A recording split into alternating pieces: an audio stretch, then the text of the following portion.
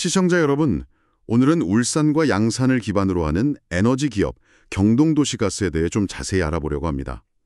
이게 1977년에 세워졌으니까 꽤 오래된 회사죠. 네, 역사가 깊은 회사입니다. 근데 최근 실적이 상당히 눈에 띄더라고요.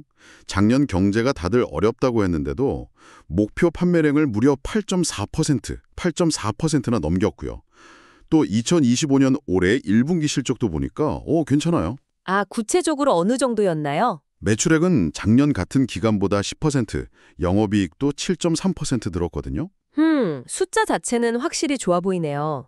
특히 그 LNG, 액화천연가스 가격이 다른 연료보다 싸지면서 공장 같은 데 들어가는 산업용 판매가 확 늘었어요. 15%나요. 네, 그 부분이 실적 개선에 크게 기여했겠죠. 그렇죠. 전국적으로 봐도 도시가스 공급량 기준으로 작년에 2위였다니 뭐랄까 상당히 탄탄한 회사라고 봐야겠죠? 네, 그 실적만 딱 놓고 보면 그렇게 볼 수 있습니다. 그런데 말이죠. 이 도시가스 사업이라는 게 본질적으로는 성장하는 데 좀 한계가 명확해요. 아, 한계라면 어떤? 일단 공급할 수 있는 구역이 딱 정해져 있잖아요. 그리고 가격도 마음대로 못 정하고 정부 규제를 받고요. 아까 말씀하신 산업용 수요가 전체의 75%나 된다는 건 사실 좀 울산 지역 석유화학 경기에 너무 크게 의존한다는 뜻도 되거든요. 아, 그쪽 경기가 안 좋아지면 타격이 크겠네요. 바로 그겁니다. 작년에 가격 경쟁력 덕분에 판매량이 늘었다고는 하지만 그 가격 우위가 계속 유지될지는 사실 아무도 모르는 거고요.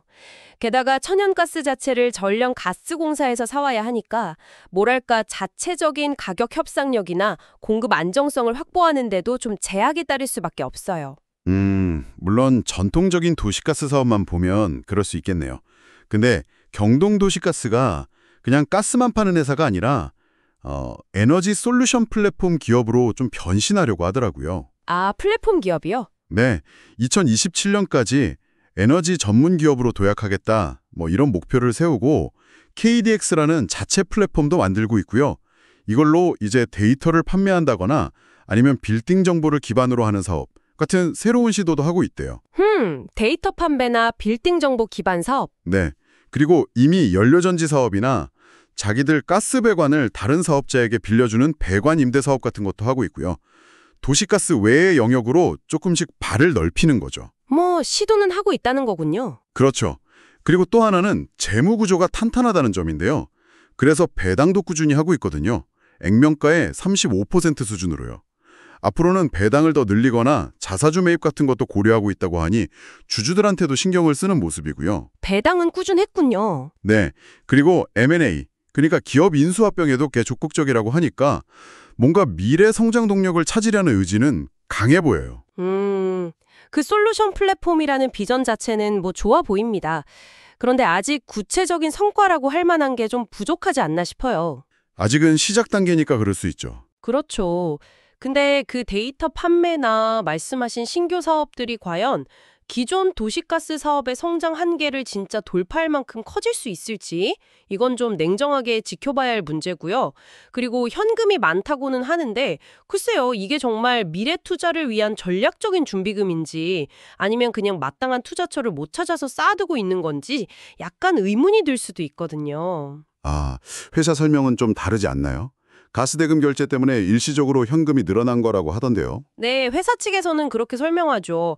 근데 M&A도 보면 에너지 분야뿐만 아니라 반도체, 조선까지 제한 없이 본다는데 이게 본업이랑 시너지가 좀 불확실한 영역까지 확장하는 건 위험 부담이 너무 크지 않을까 싶습니다. 하긴, 너무 동떨어진 분야는 그럴 수도 있겠네요. 그리고 정말 중요한 예를 들어 직접 LNG를 들여온다거나 발전소를 짓는 그런 계획은 아직 검토 단계도 아니라고 하니까요. 에너지 사업에서의 어떤 혁신적인 변화를 기대하기에는 아직 좀 이른 감이 있습니다. 최근에 주가가 좀 오르긴 했는데 이것도 회사 자체의 매력이라기보다는 시장 전반적으로 저평가된 가치주들이 좀 재조명받는 그런 흐름에 약간 편승한 측면도 있어 보이고요. 하지만 그 디지털 전환 노력, 그러니까 KDX 플랫폼 구축 같은 건 꾸준히 하고 있고 또 안전관리도 되게 철저하게 하잖아요.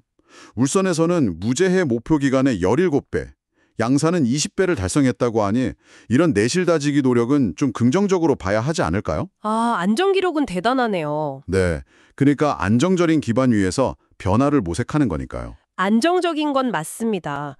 근데 바로 그 안정성이 어떻게 보면 과감한 혁신을 좀 가로막는 요인이 될 수도 있다는 거죠. 안정성이 혁신을 막는다. 네.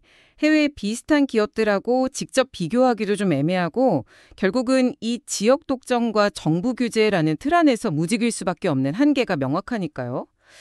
최근에 전력 수요 증가에 대비해서 DR, 그러니까 수요 반응 관리나 VPP, 가상발전소 사업에 관심을 두고 다른 도시가스사들이랑 협력한다 이 정도 얘기는 있는데 이걸로 과연 큰 변화를 이끌 수 있을지는 좀 의문입니다.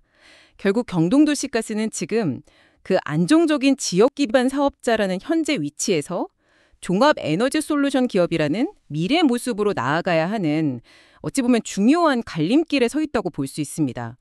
시청자 여러분께서는 어떻게 생각하시는지요? 과연 이 경동도시가스가 기존 사업의 한계를 정말 극복하고 새로운 성장 스토리를 성공적으로 만들어 갈 수 있을까요? 안정적인 현금 흐름이나 지역 내 입지를 넘어서는 진정한 의미의 플랫폼 기업으로 도약하기 위해서 가장 필요한 역량은 무엇일지 한번 같이 고민해 보는 것도 흥미로울 것 같습니다.